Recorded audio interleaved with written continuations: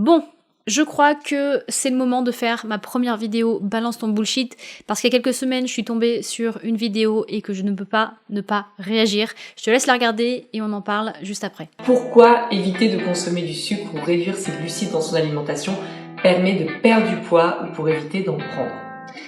L'insuline, qui est l'hormone qui est générée lorsque l'on consomme du sucre pour venir chercher ce sucre et venir le mettre dans nos graisses, est donc par définition une hormone de stockage.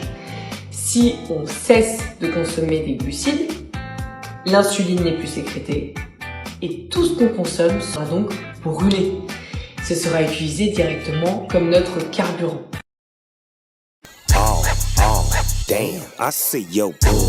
Voilà. Alors, par quoi commencer ?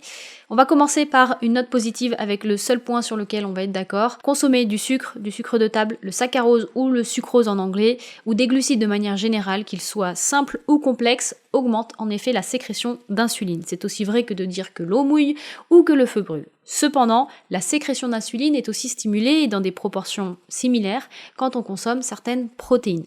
Idem pour les lipides, même si la réponse est globalement plus faible. Dans cette étude, par exemple, des chercheurs ont comparé la réponse insulinique postprandiale, donc après 2 repas isocaloriques. L'un était pauvre en protéines, riche en glucides, et l'autre riche en protéines et faible en glucides, ou en tout cas 2 fois plus faible en glucides. Ce qu'on observe dans les résultats, c'est que la réponse insulinique totale est identique dans les 2 repas, voire légèrement plus élevée après le repas riche en protéines, même si c'est pas statistiquement significatif. On a aussi cette autre étude qui a comparé les réponses insuliniques postprandiales de plusieurs aliments, des fruits, des pâtisseries, des aliments riches en glucides, des aliments riches en protéines, des céréales, et les résultats montrent quoi?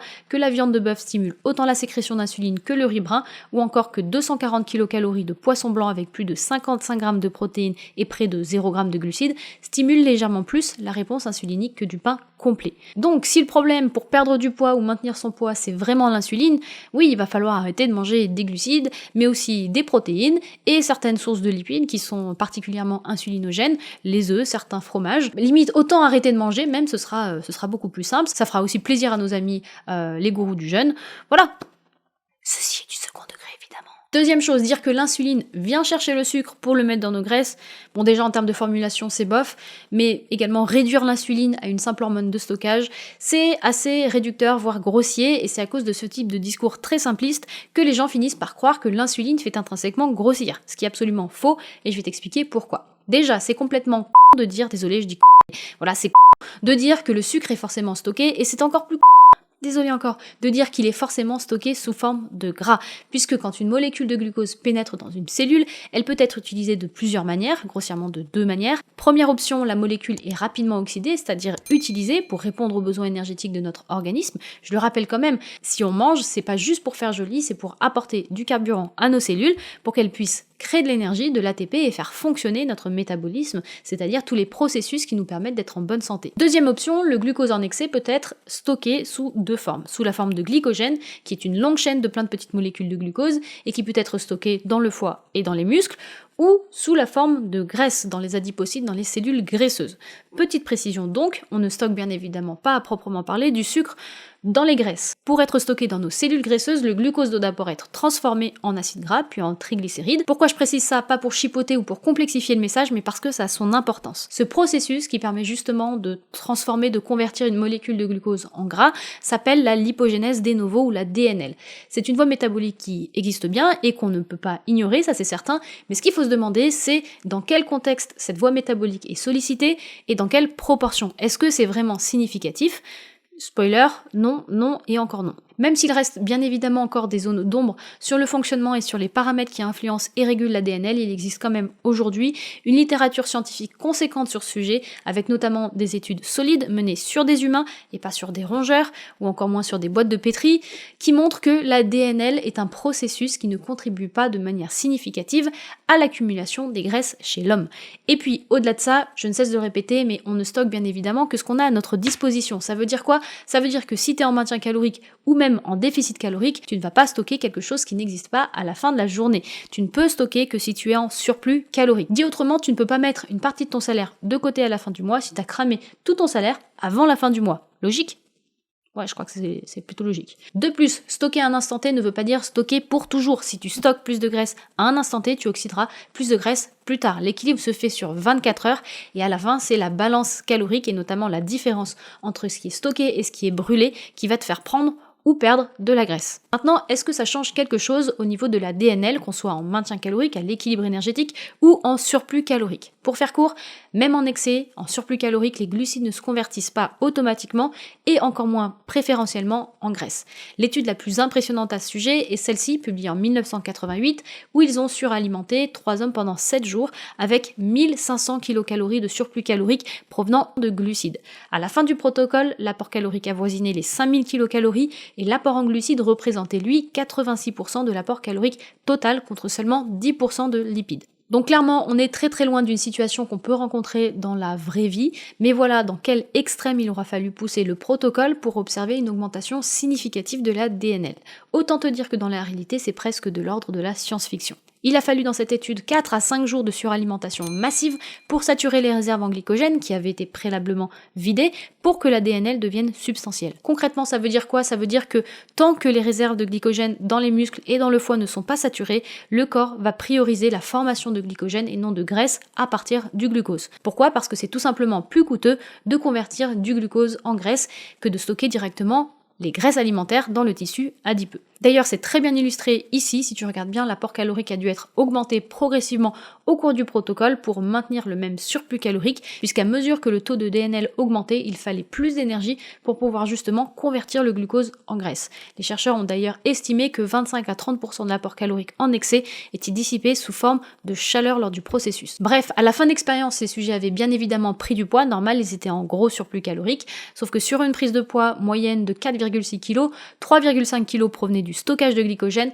et de la rétention d'eau qui va avec, puisque 1 g de glycogène retient environ 2 à 4 g d'eau, et seulement 1,1 kg de graisse provenait de la DNL. Maintenant, si tu te demandes ce que ça donne spécifiquement pour des personnes obèses, hommes ou femmes d'ailleurs, parce que l'étude précédente a été en effet menée sur des hommes en bonne santé, eh bien on a de plus en plus d'études, notamment celle de McDavid en 2001, de Schultz et de Mineira en 2004, et d'autres que je te mettrai en description, qui montrent que la DNL est similaire, voire même un petit peu plus faible en situation d'overfeeding, même si encore une fois la différence n'est pas significative. Concrètement, avec un régime occidental standard, c'est seulement quelques grammes, environ 1 à 2 grammes de toute la graisse qui est stockée sur 24 heures qui provient des glucides, 1 à 2 grammes. Dans certains cas, ça peut être un petit peu plus. Chez les femmes, pendant la phase folliculaire notamment de notre cycle, ce serait plutôt entre 3 et 6 grammes par jour, mais ça reste toujours ridicule, c'est peanuts. Sur un an, ça représente moins de 750 grammes de gras contre plus de 35 kg de gras qui proviendraient directement de la consommation des graisses alimentaires. Bref, je pense que tu as compris, c'est pas parce que tu consommes des glucides que tu prends forcément du gras, et ça, même en surplus calorique. Je pourrais également te parler de la méta-analyse de Kevin Hall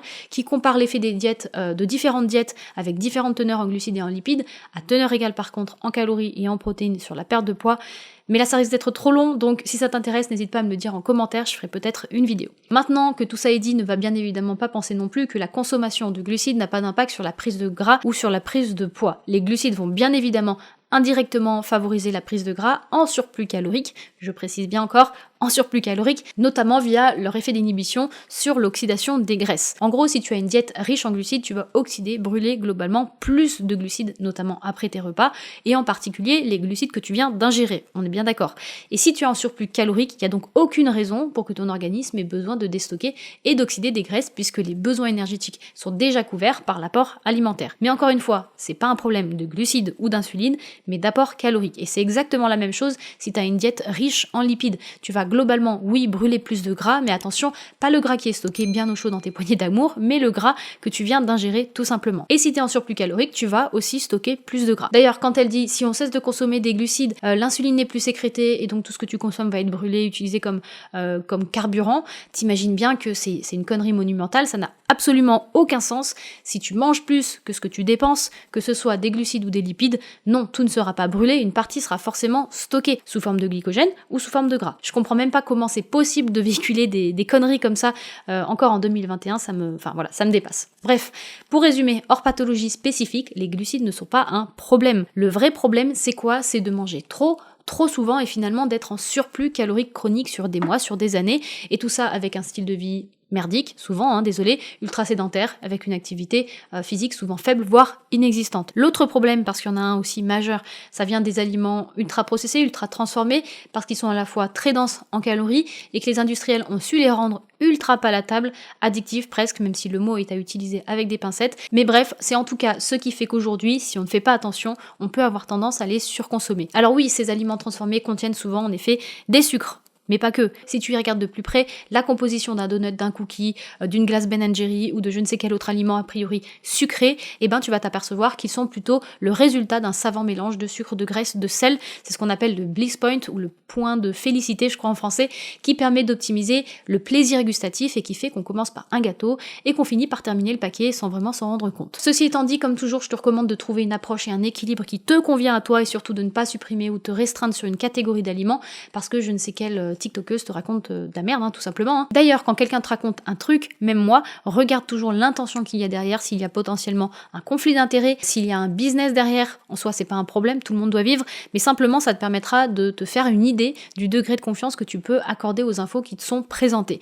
Dans son cas, par exemple, moi, je suis allée voir, j'ai pas été vraiment étonnée de constater que le business de cette personne, c'est de vendre des produits, des aliments low carb. Voilà, c'est tout. Pas de jugement, peut-être que c'est des très bons produits, mais c'est un fait et ça explique peut-être aussi l'orientation de ce qu'elle raconte sur son TikTok. Le truc, c'est qu'aujourd'hui, tout le monde peut se prétendre expert. Elle-même, d'ailleurs, se présente comme une experte en nutrition. Pourquoi sommes-nous des experts en nutrition ? Voilà. Bref, même si on te sort des études scientifiques, va checker les sources, regarde le protocole, les méthodes utilisées, check la significativité des résultats, les potentiels conflits d'intérêts. Et si tu ne sais pas lire une étude, d'ailleurs moi-même je me considère pas comme une experte dans ce domaine, c'est un domaine assez complexe. On peut faire dire tout et n'importe quoi à une étude, d'ailleurs si on la lit, si on ne sait pas la lire, eh bien rapproche-toi si c'est le cas de personnes qui ont cette compétence. Personnellement, j'ai vraiment rien de particulier contre les diètes low carb. Je ne vends ni ne mets en avant aucun type de régime. Si tu préfères manger low carb et que tu te sens mieux en low carb, mange low carb, mais par pitié, si t'aimes les pizzas et que tu kiffes te faire des bons plats de pâtes, évite d'adopter une alimentation qui ne t'apportera pas plus de résultats et qui va te frustrer jusqu'à t'amener jusqu'au craquage et ainsi de suite. Concrètement, cherche à te mettre en déficit calorique, peu importe la manière. Est-ce que c'est du low carb, du high carb, du pro-métabolique, du jeûne intermittent? On s'en fout. Cherche à être en déficit calorique suffisamment longtemps. Réduis ta consommation de produits transformés, les supprime pas complètement, ça sert à rien non plus. Cuisine plus, augmente ton apport en protéines, en fibres, mange tes fruits, mange tes légumes, bouge plus, fais de la muscu si ça te plaît, ça te permettra d'augmenter ta sensibilité à l'insuline, tu auras aussi de quoi stocker plus de glycogène, et puis même physiquement en termes de résultats de composition corporelle, il y a que des avantages à faire de la muscu. Bon ok, je suis un petit peu biaisée. Améliore ton sommeil et voilà, dans quelques kilos en moins, tu verras que ta santé et ta composition corporelle vont s'améliorer, peu importe que tu sois en low carb ou pas. Je vais trop vite tellement ça m'énerve. Zen. Calme-toi, Joe. Chut. Bon. Quand je ressens le bullshit, les bullshit vibes, là, je suis en état d'alerte, là, mon cortisol, il est au taquet. C'est tout pour moi. Balance ton bullshit, c'est terminé.